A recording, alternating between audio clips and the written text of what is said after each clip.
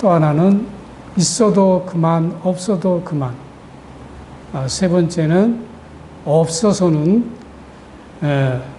있어서는 안 될 사람. 그래서 이 세 사람이 있다고 합니다. 하지만 사람은 누구나 다 필요한 존재가 되기를 원합니다. 남들에게 인정받고 싶어하고 또 내 자신이 사람들 앞에 이렇게 떳떳해지기를 원합니다. 더욱이 우리 성도들은 하나님께 쓰임받기를 원합니다. 그런데 안타까운 것은 마태복음 9장 37절에 보면 예수님께서 이렇게 말씀하십니다. 추수할 것은 많되 일꾼이 적다.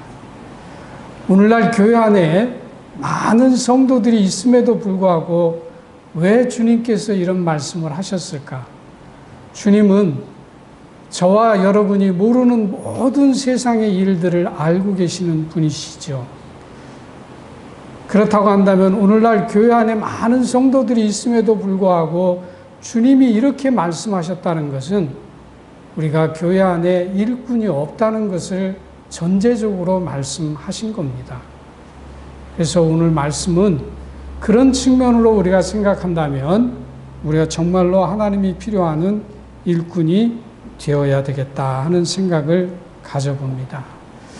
오늘 말씀은 하나님께서 AD 66년에서 67년경에 로마 감옥에서 죽음을 앞두고 있는 사도 바울을 통해서 디모데에게, 에베소에서 목회하고 있는 디모데에게 보낸 편지입니다.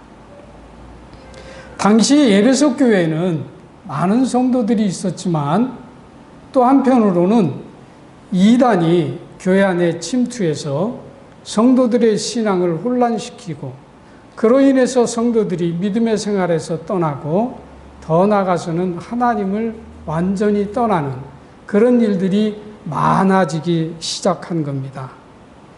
그러므로 주님은 사도 바울을 통해서 이런 어려운 상황에 있는 디모데에게 고난과 혼란 중에 있을지라도 인내하면서 하나님께서 주신 사명을 잘 감당해서 하나님께 귀히 쓰임받는 도구가 되라고 격려의 말씀을 전하고 있는 겁니다.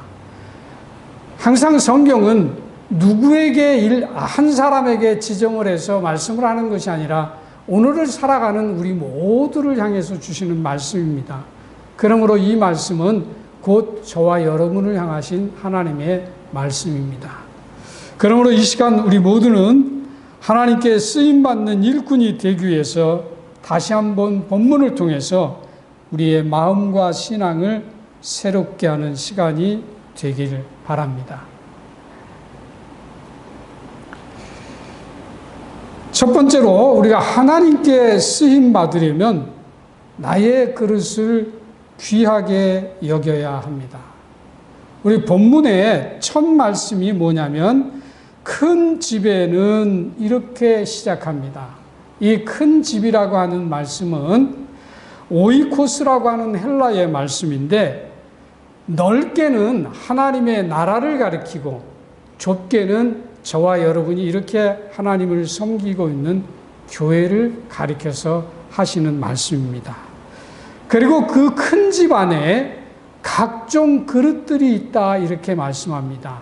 금도 있고 은도 있고 그리고 나무도 있고 찰흙도 있는 이런 것들로 만들어진 그릇이 있다 이렇게 말씀하십니다.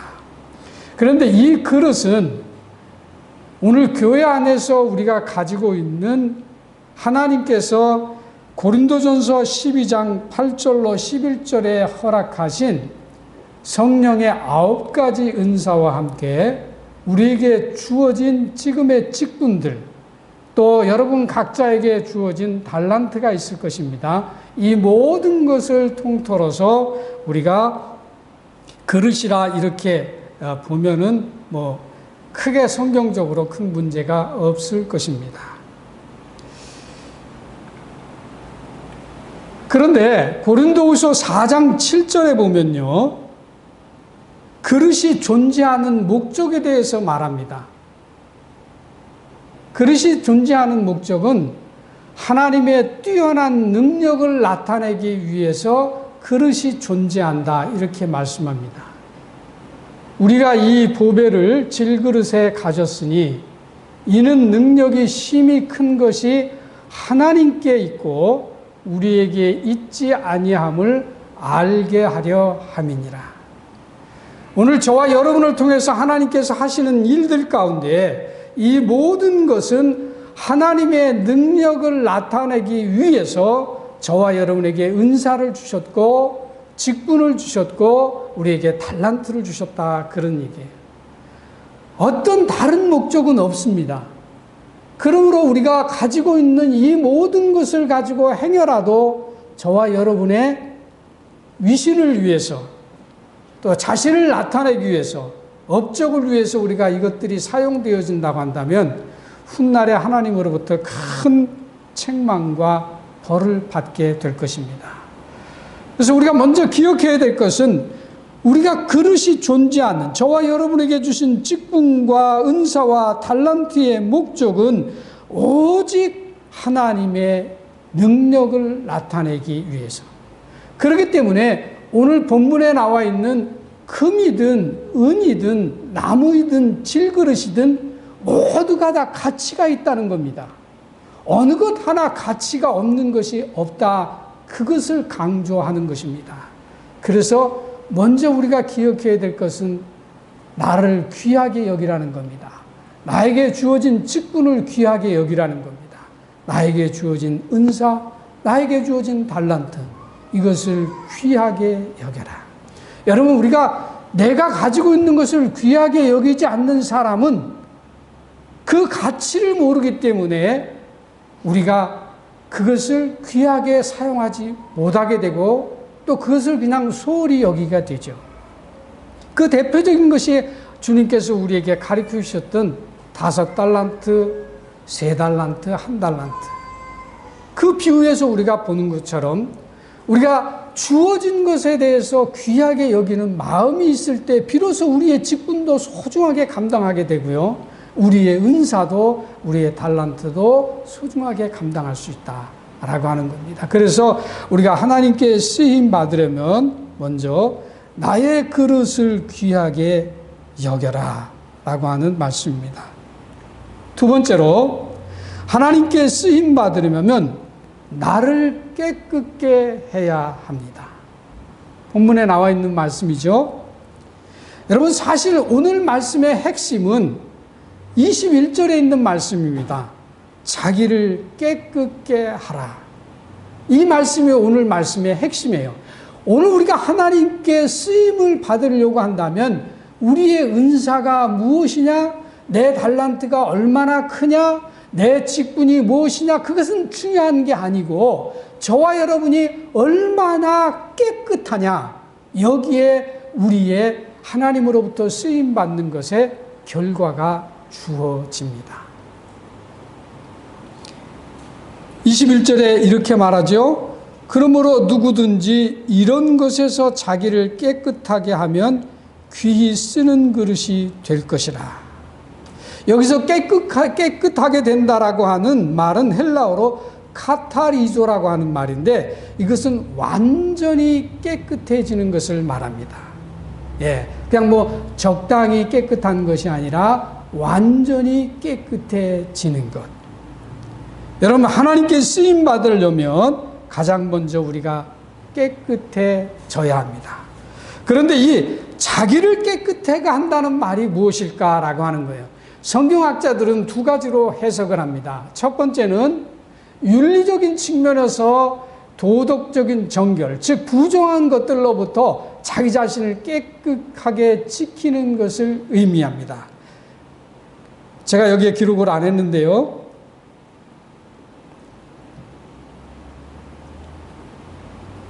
두 번째는 당시 빌레도와 후메니오라고 하는 거짓 선생들이 있었어요. 이들은 부활의 존재를 부인하는 사람들이었습니다. 디모데후서 2장 17절로 18절에 나오는데요. 이와 같은 거짓 교사들의 행위나 가르침을 피해서 자신의 신앙을 깨끗하게 지키는 것을 의미합니다. 그러니까 성경에서 오늘 말씀에서 말하는 깨끗하라고 하는 이 말은 윤리적, 도덕적으로 깨끗해야 되고요. 또 하나는 신앙적으로도 깨끗해야 된다. 그런 얘기예요. 이럴 때 우리가 하나님으로부터 비로소 쓰임받는 사람들이 될 것이다 라고 하는 겁니다.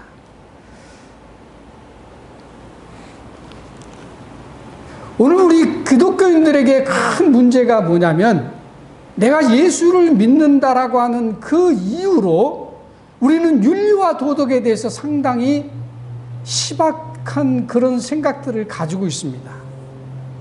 저는 얼마 전에 아주 충격적인 사실을 보았습니다. 장로라고 하는 사람이 정치의 목적을 위해서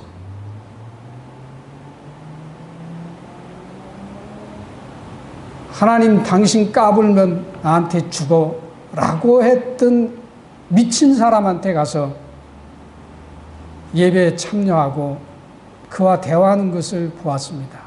얼마나 충격적인지 모릅니다. 여러분, 우리가 교회의 직분을 가지고 있다 할지라도 자기의 목적을 위해서는 신앙을 더럽히는 사람들이 오늘날 교회 안에 너무나 많이 있다는 사실입니다. 윤리적으로 도덕적으로는 물론 말할 것도 없고요. 그런데 오늘 하나님께 쓰임 받으려고 한다면 우리가 깨끗해져야 되는데 이 깨끗해지기 위해서는 두 가지 조건을 반드시 갖춰야 된다는 거예요. 윤리적, 도덕적으로 깨끗해야 되고 신앙적으로도 깨끗해져야 한다는 사실입니다.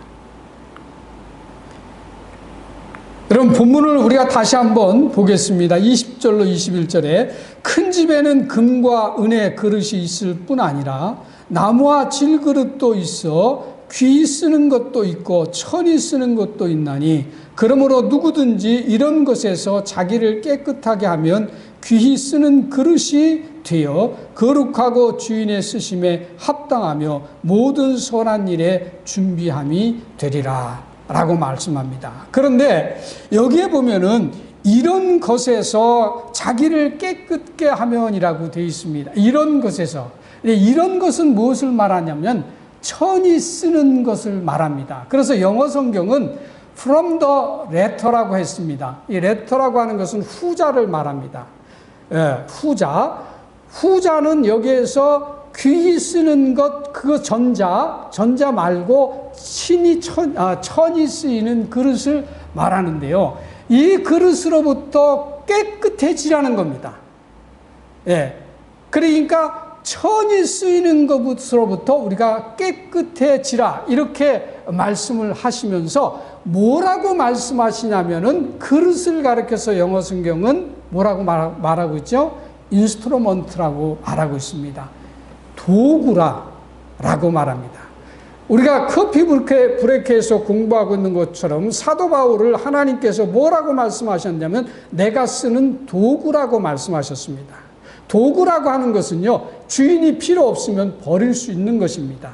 다만 주인의 손에 붙들림을 받을 때만이 쓰여짐이 될 수 있는 것이 도구입니다. 그러므로 우리 모두는 하나님의 자녀인 동시에 우리는 하나님의 영광을 드러내기 위한 도구에 불과한 거예요. 그렇기 때문에 언제든지 우리는 도구의 역할을 감당하지 못하면 하나님으로부터 버림을 받을 것입니다. 누구처럼요? 사울 왕처럼요.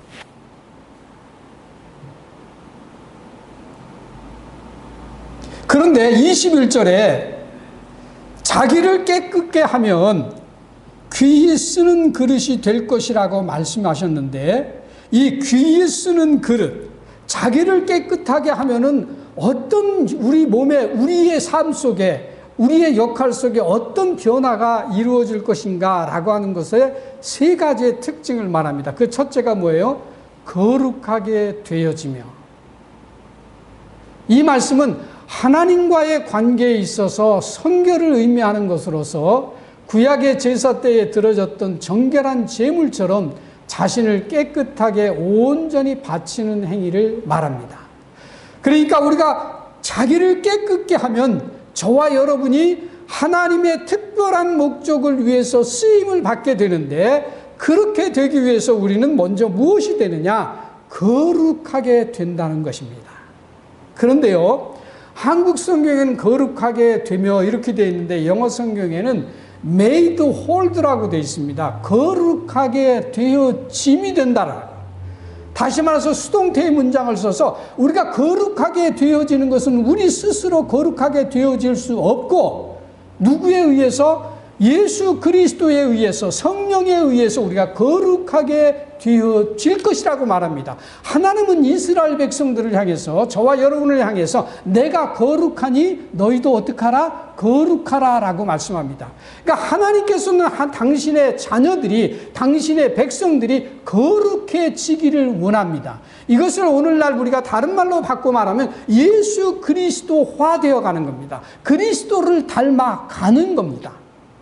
이렇게 되라는 거예요. 그런데 이렇게 되기 위해서는 우리가 먼저 해야 될 일이 있는데 그것이 뭐냐면 깨끗해지는 것입니다. 윤리적으로나 도덕적으로나 신앙적으로. 그렇게 되면 하나님께서 우리로 하여금 거룩하게 되어지게 해주시겠다는 거예요. 근데 거룩하게 되는 것은 우리의 힘으로 되는 것이 아닙니다. 그래서 수동태의 문장을 썼으나 깨끗하게 되는 것은 저와 여러분의 의지로 가능하다라고 해서 이것은 수동태의 문장을 쓰지 않았다라고 하는 거예요. 여러분, 우리가 노력을 하면은 우리는 깨끗해질 수 있어요. 도덕적으로, 윤리적으로, 신앙적으로도 우리가 이단으로부터 유혹에서 우리가 얼마든지 벗어날 수 있어요. 예, 나의 노력으로도 내가 그들과 접하지 않고 피하고 이런 것들 삶을 통해서 우리는 얼마든지 이단으로부터 벗어날 수 있습니다. 우리가 윤리적으로, 도덕적으로 얼마든지 우리는 깨끗해질 수 있어요. 그렇기 때문에 이것은 저와 여러분이 최선을 다해서 노력하면 되나, 거룩해지는 것은 성령이 우리에게와 함께하지 않는 한 우리는 거룩해질 수 없습니다. 그런데 우리가 깨끗해지면 우리 하나님께서 우리로 하여금 거룩하게 되어지게 하겠다고 말합니다. 두 번째는 주인에게 쓸모있게 되어진다고 말합니다. 주인에게, 이것은 하나님을 기쁘시게 해드린다는 의미입니다. 데살로니가 후서 1장 11절에 있는 말씀인데요. 주인에게 쓸모있게 된다. 그런데 이것은요, 수동태의 문장을 안 썼어요. 그러니까 우리가 깨끗하게 되면은 우리는 얼마든지 주인에게 쓸모있는 인물들이 되고 직분자들이 되고 우리의 은사를 활용해서 하나님의 영광을 드러낼 수 있다는 거예요. 그런데 세 번째, 우리가 깨끗해지면 모든 선한 일을 행하기에 예비되어진다라고 말합니다. 이것은 하나님께 영광을 돌려드리기 위해 준비된 상태인데 이 또한 영어 성경에 보니까 수동태 문장을 썼어요. 그러니까 우리가 하나님 모든 선한 일을 행할 수 있는 존재가 아니라는 거예요. 우리는 하나님에게 붙들림을 받거나 성령의 인도함을 받지 않고서는 우리는 인간으로서 도저히 선한 행위를 100% 행할 수 없다라고 하는 거예요. 그래서 이 문장을 영어 성경은 수동태로 썼습니다. 즉 어떤 것들이냐? 우리의 영혼 구원하는 일들, 하나님의 나라를 확정하는 일들, 이웃을 돕고 선을 행하는 일들, 이 모든 것들은 하나님께서 우리를 도와주시고 예비하시고 우리와 함께 하실 때에 가능한 것이다라고 성경은 말하고 있는데 이 모든 것들, 이 세 가지를 이루기 위해서는 우리가 먼저 깨끗해지는 노력이 있어야 된다. 그런 얘기입니다. 여러분, 그릇은 음식을 담기 위해서 만들어진 것이기 때문에 그릇이 그릇으로서의 사명을 다하기 위해서는 깨끗해야 합니다. 아무리 좋은 그릇이라 할지라도 더러우면 쓰임받지 못합니다. 나무 그릇이나 질그릇이라 할지라도 깨끗하면 주인의 목적에 따라서 반드시 쓰임을 받게 되는 거죠. 성경에는 윤리적으로나 도덕적으로 신앙적으로 가장 깨끗했던 본이 되는 사람이 있습니다. 그 사람이 누군가 하면은 창세기 39장에 나오는 요셉입니다. 요셉은 우리가 잘 아는 것처럼 야곱의 11번째 아들로 태어났어요. 그는 성실한 사람이었습니다. 그리고 그는 하나님을 잘 섬기는 청년이었습니다. 그러나 어느 날 하나님께서 그에게 꿈을 보여주셨는데 그 꿈을 자기만이 간직하고 있었으면 참으로 괜찮았는데 그것을 형들에게 이야기합니다. 그렇게 순수했던 청년이에요. 그래서 형들로부터 미움을 받죠. 그래서 애굽으로 팔려갑니다. 그리고 애굽으로 팔려갔는데 애굽에서 보디발이라고 하는 사람을 만납니다. 만난 것이 아니죠. 하나님이 만나게 하신 거죠. 이미 하나님의 섭리 가운데 요셉을 이끄시는 하나님의 놀라운 섭리가 있었던 겁니다. 왜 그러면 하나님은 요셉을 그렇게 인도하셨을까? 요셉에게는 두 가지 두드러진 특징이 있습니다. 그 하나가 뭐냐? 윤리적으로 도덕적으로 아주 깨끗한 사람이었습니다. 그러므로 하나님께서는 요셉의 이런 면을 보시고 보디발의 마음을 움직여서 비록 보디발의 종이었지만 상상할 수 없는 보디발 가정의 모든 소유를 맡겨주신 것입니다. 또 하나는 하나님을 향한 신앙이 매우 깨끗했습니다. 한 번은 보디발의 아내가 요셉에게 왔어요. 그리고 요셉에게 눈을 찔끔 감습니다. 여자가 남자에게 눈을 찔끔 감을 때는 뭔가 마음에 어떤 큰 뜻이 있는 거죠. 요셉은 알아차렸습니다. 보디발의 아내가 하룻밤 좀 같이 자자는 겁니다. 그런데 요셉이 그때에 뭐라고 그 여인에게 말했느냐? 저는 요셉의 이 사건을 보면서 참 대단한 사람이다. 하나님으로부터 귀히 쓰임을 받을 수밖에 없는 사람이다. 요셉의 나이가요, 청춘이에요. 혈기가 왕성할 때입니다. 자기 고향에 있으면 예쁜 여자들 만나서 연애도 할 수 있는 그런 나이예요. 그런데 지금 애굽에 노예로 팔려와서 여자도 제대로 쳐다볼 수 없는 그런 환경에 놓여 있는데 보디발의 와이프가 얼마나 미인이었는지는 모르겠습니다만 그 여인이 눈을 찔끔 감으면서 유혹했을 때 과연 거기에서 이길 수 있는 사람이 과연 몇 명이나 있을까 상상했을 때에 요셉이 그 여인에게 말합니다. 뭐라고 말하느냐? 내 주인이 집안의 모든 소유를 간섭하지 아니하고 다 내 손에 위탁하였으니 이 집에는 나보다 큰 이가 없으며 주인이 아무것도 내게 금하지 아니하였어도 금한 것은 당신뿐이니 당신은 그의 아내임이니라. 자, 여기까지만 고백을 딱 하고 끝났으면은 윤리적 도덕적으로 깨끗한 사람으로 끝납니다. 근데 그 다음의 말이 중요합니다. 그런즉 내가 어찌 이 큰 악을 행하여 하나님께 죄를 지을 것이냐. 요셉의 신앙을 볼 수 있는 겁니다. 여러분, 우리는 세상에서 죄를 지면서도 우리는 하나님까지 생각하지 못하는, 하나님의 말씀까지도 생각하지 못하고 우리가 세상에서 죄 짓는 것이 얼마나 많이 있습니까?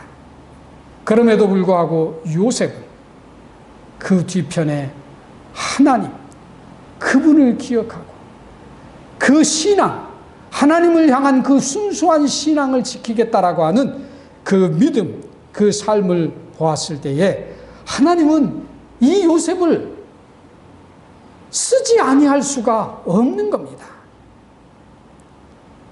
여러분, 이방인이 한 나라에 그 당시에 가장 강대국이었던 나라에서 총리를 할 수 있다, 이것은 상상할 수 없는 일이죠. 이거는 하나님만이 하실 수 있는 일인데 그 일의 주인공이 바로 요셉이 됐는데 요셉은 윤리적, 도덕적으로, 신앙적으로 깨끗했기 때문에 라고 하는 사실입니다. 여러분, 하나님께 쓰임받는 것은 내가 과거에 누렸던 것과 현재에 누리고 있는 것과는 아무 상관이 없습니다. 나이도 상관이 없고요, 사회적 지위도 상관이 없고, 물질도 상관이 없고, 건강도 상관이 없고, 신앙의 연수도 상관이 없습니다. 오직 하나님께 쓰임을 받으려고 하면 저와 여러분이 얼마만큼 윤리적, 도덕적, 신앙적으로 하나님 앞에 깨끗하느냐 하는 거예요. 저는 이 말씀을 준비하면서 혹시 여기에 연세가 많으신 우리 권사님들, 집사님들, 내 나이에, 내 연세에 하나님이 나를 쓰시겠는가 이렇게 생각하시고 낙심하실 것 같아서 확실한 소스를 드립니다. 여러분이 하실 수 있는 것이 무엇입니까? 가지고 있는 물질 다 자녀들에게 줘서 이제는 이제 뭐 가진 것도 없고요. 건강, 힘도 없어서 에너지도 없어서 뭐 가서 나가서 이렇게 뭐 저기 할 수 있는 그런 힘도 없고 교회에서 봉사할 수 있는 그런 힘도 없습니다.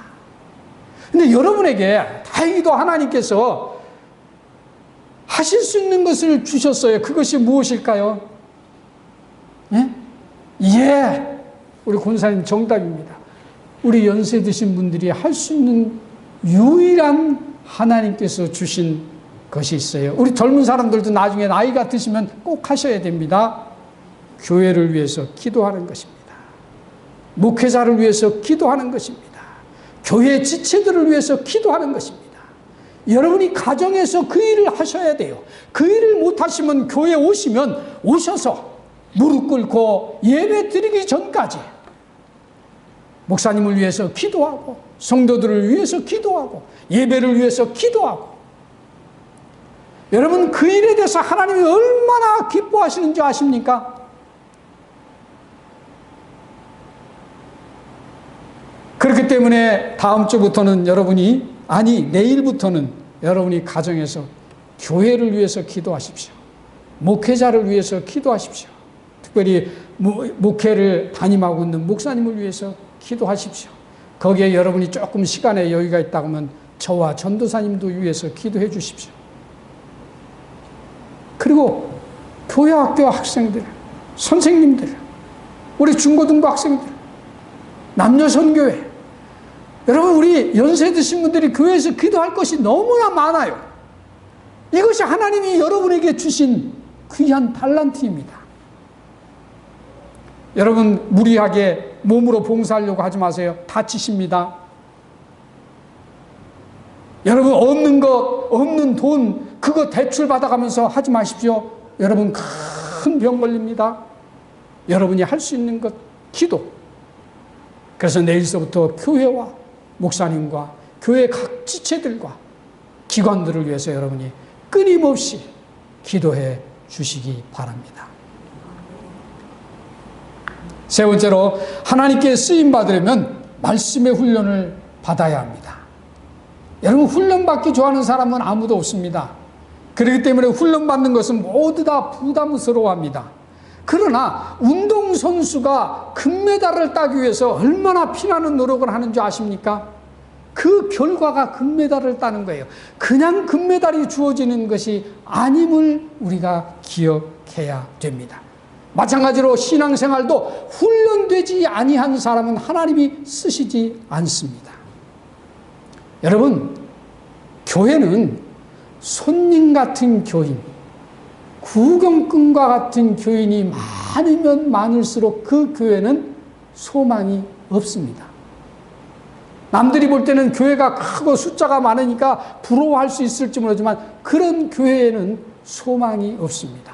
그러나 적은 교회라도 할지라도 하나님의 말씀으로 훈련되어진 사람들이 많으면 많을수록 교회는 하나님의 일을 행할 수 있는 교회로 성장하게 되는 것입니다. 그래서 교인의 숫자가 중요한 것이 아니라 교회 안에 얼마나 많은 지체들이 하나님의 말씀으로 훈련되어지느냐가 중요한 것입니다. 여러분, 조그만 교회든 큰 교회든 목회를 하는 목회자들에게는 목회 철학이라는 것이 있습니다. 나는 어떤 방향으로 교회를 이끌어 나가고 성도들을 양육시키겠다라고 하는 목회자의 철학이 있어요.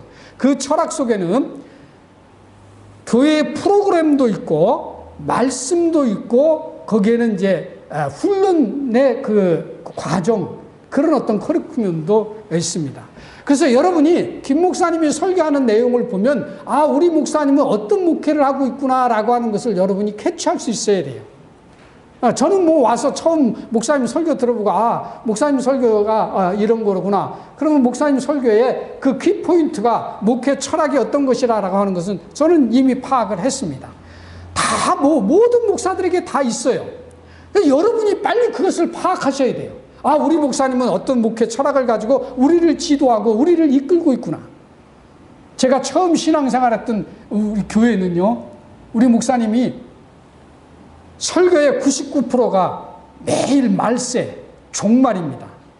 그리고 우리 목사님은 요한계시록, 그 다음에 에스겔서, 이사야서를 떠난 적이 없어요. 그 외에 성경은 저는 없는 줄 알 정도로 그것만 가지고 설교하십니다. 그러니까 우리 성도들에게는 종말에 대해서, 말세에 대해서 아주 예민했습니다. 다만 지금 시간이 지나가서 감사한 것은 우리 목사님이 내가 교주다 그런 말씀을 안 하신 것이 감사해요. 만약 그렇게 했다고 한다면 저도 이단에 빠졌을 겁니다. 그래서 우리 교인들은요, 그때 당시에 입신, 방언, 예언, 병 고치는 은사, 이런 거는 기본적으로 모든 사람들이 다 할 정도였어요. 근데 그 목사님은 다른 설교는 안 하세요. 목회, 성경 공부도 그거 외에는 벗어나지를 않으세요. 그러니까 성도들에게 물론 너무 한쪽에 치우치는 면이 있어서 문제는 있지만, 목회자에게는 다 나름대로의 목회 철학이 있다, 그런 얘기예요. 그 얘기를 제가 하려고 하는 겁니다. 근데 우리 목사님에게 목회 철학이 무엇입니까? 설교 내용에서 여러분이 파악할 것이고, 또 하나의 커리큘럼 중에 하나가 뭡니까? 커피 브레이크예요. 이것은 목사님 개인적인 어떤 것이 아니라 이것이 목회 철학이에요. 김 목사님의 목회 철학입니다. 그렇다고 한다면 우리 성도들이, 거기에서 생활하는 우리 성도들이 이것을 같이 함께 동참하고 따라주지 않는다고 한다면 우리가 정상적으로 김 목사님과의 목회에서의 양과 목자로서의 관계를 이어가기가 매우 힘들다, 그런 얘기예요. 또 목사님께서도 일꾼을 쓰시려고 할 때에 그런 문제에 있어서도 또 걸림돌이 될 수 있는 것이고요. 여러분이 이 말씀에서 여러분이 좀 참고를 좀 하셨으면 좋겠습니다. 여러분, 우리가 말씀의 훈련을 받지 아니하면 우리가 하나님 앞에 쓰임 받을 수가 없어요. 여러분, 하나의 도자기를 만들려면요, 먼저 진흙을 물에 넣어서 나뭇잎과 그리고 모래와 같은 불순물을 제거한다고 합니다. 그리고 진흙을 미세한 문말로 만들어서 진흙을 두부처럼 자른 다음에 방망으로 두들겨서 가루가 될 때까지 친대요. 그런 다음에 흙을 물에 반죽해서 인절미처럼 말랑말랑해지면 틀 위에 올려놓고 빙글빙글 돌려서 자기가 원하는 그릇을 만든답니다. 그리고 최종적으로 그 그릇을 불 속에 집어넣어서 완전체의 그릇을, 도자기를 만든다는 거예요. 여러분, 하나님께서도요, 저와 여러분을 쓰실 때에 그렇게 쓰십니다. 하나님의 말씀으로 저와 여러분을 단련시킵니다. 우리의 삶 속에서, 우리의 신앙 속에서 여러 가지 연단과 시련을 통해서 저와 여러분을 담금질합니다. 그리고 그런 과정을 거친 후에 하나님 최종적으로 저와 여러분이 필요한 일꾼으로 사용하시는 겁니다. 시간상 다 말씀은 드리지 못합니다. 구약의 대표적인 사람이 누굽니까? 모세입니다. 신약의 대표적인 사람이 누구입니까? 지금 우리가 커피 브레이크에서 공부하고 있는 사도 바울입니다. 사도 바울은 우리가 커피 브레이크에서 공부하고 있으니까 제쳐놓고 모세. 여러분, 모세는 그 당시에 가장 강대국인 나라의 궁에서 철학과 의학과 문학과 그 다음에 종교, 이 모든 것, 법학, 이 모든 것을 아마도 다 습득했으리라고 봅니다. 왜 그런가 하면은 그가 바로 다음에 왕으로 세워질 것이었기 때문에, 그렇기 때문에 그는 그런 과정을 분명히 거쳤을 거예요. 그래서 이 모세에게는 자기 교만과 우월감과 자신감과 혈기와 이 모든 것들이 가득 찼습니다. 어느 날 나가서 보니까 자기 동족들이 싸우고 있거든요. 그래서 말립니다. 그때 이 모세의 마음속에는 무엇이 있었느냐면 우리가 알 수 없는 지도자의, 이스라엘 백성에 보이지 않는 지도자라고 하는 교만이 자리를 잡고 있었던 거예요. 그래서 내가 이들을 이렇게 다루면 이들이 순종하겠지. 하나님은 그의 마음을 보셨습니다. 그의 생각을 아셨습니다. 즉시 모세를 어디로 보냈습니까? 광야로 보냅니다. 그리고 광야 40년 동안 모세를 완전히 세상 말로 말해서 박살내버립니다. 자기의 의지, 자기의 괴해, 자기의 생각, 자기의 고집, 자기의 아집 다 부서뜨립니다. 그리고 난 후에 비로소 모세를 이스라엘 백성의 해방자로 그를 사용하셨습니다. 여러분, 하나님께서 우리를 쓰실 때에 저와 여러분이 그냥 아무것도 안 하는데 하나님이 저와 여러분을 쓰실 일이 없습니다. 그러면 여러분이 이렇게 얘기하실 수 있습니다. 난 하나님 앞에 쓰임 받지 아니하고 그냥 이렇게 편안하게 신앙생활하다가 하나님 앞에 가면 되지요. 예, 그렇게 되면 얼마나 감사한 일입니까? 그런데 그렇게 사시면, 그렇게 신앙생활하면 여러분은 신앙생활하면서 평생 하나님의 뜻을 이 땅에서 이룰 수 없고 하나님의 영광을 드러낼 수 없고 하나님을 기쁘게 하는 삶을 살 수 없습니다. 더 중요한 것은 그 훗날에 하나님 앞에 갔을 때 아무 상급도 없다는 사실이에요. 왜 하나님께서 우리에게 직분을 주시고 달란트를 주시고 은사를 주셨을까요? 우리가 이 세상에서 편안하게 신앙생활하게 하기 위함이라고 한다면 그것이 아무것도 필요 없죠. 하나님은 저와 여러분을 통해서 당신의 일을 이루어 나가십니다. 그러기 위해서는 우리를 사용하셔야 되는데 우리가 쓰임받을 만한 그릇이 되지 못하면 하나님은 우리를 사용하시지 않는다, 그런 얘기예요. 21절에 보면 주인의 쓰심에 합당하여 라고 하는 말이 있습니다. 여러분, 우리 인생의 주인이 누구십니까? 우리 인생의 주인이 누구십니까? 하나님이십니다. 그러므로 우리는 내 마음과 내 뜻대로 사는 것이 아니라 하나님의 영광을 돌려드리는 삶, 하나님이 기뻐하는 삶을 살아야 됩니다. 에레미야서 18장 6절에 나 여호와가 이르노라 이스라엘 족속아 진흙이 토기장이 손에 있음같이 너희가 내 손에 있느니라. 우리는 진흙입니다. 하나님은 토기장이십니다. 진흙이 귀하게 쓰임을 받으려고 하면 토기장의 손에 잡혀야 되는 것처럼 저와 여러분이 하나님 앞에 쓰임받기 위해서는 토기장인 하나님의 손에 붙들림을 받아야 합니다. 끝으로 도구는 주인에게 쓰임받기 위해 존재하는 것이지 자신을 드러내기 위해 쓰임받는 존재가 아님을 꼭 명심하시기 바랍니다. 그러므로 모든 영광은 토기장이신 하나님께 돌려드릴 뿐 조금이라도 도구인 내가 취하는 일이 없도록 항상 겸손하시기 바랍니다. 그러므로 우리가 직분자들, 우리 목회자들도 마찬가지예요.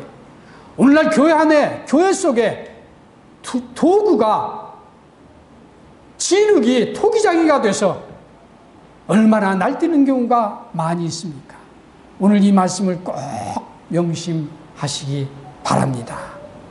이제 말씀을 정리합니다. 여러분, 우리는 오늘 하나님께 헌신을 드리면서 각자 나름대로 하나님께 무언가를 다짐했을 것입니다. 하지만 이 다짐이 마음의 결심으로만 끝나지 말고 반드시 실천함으로써 주님께 쓰임받는 도구가 되어야 합니다. 그러기 위해서는 우리는 나의 그릇을 소중하게 여겨야 합니다.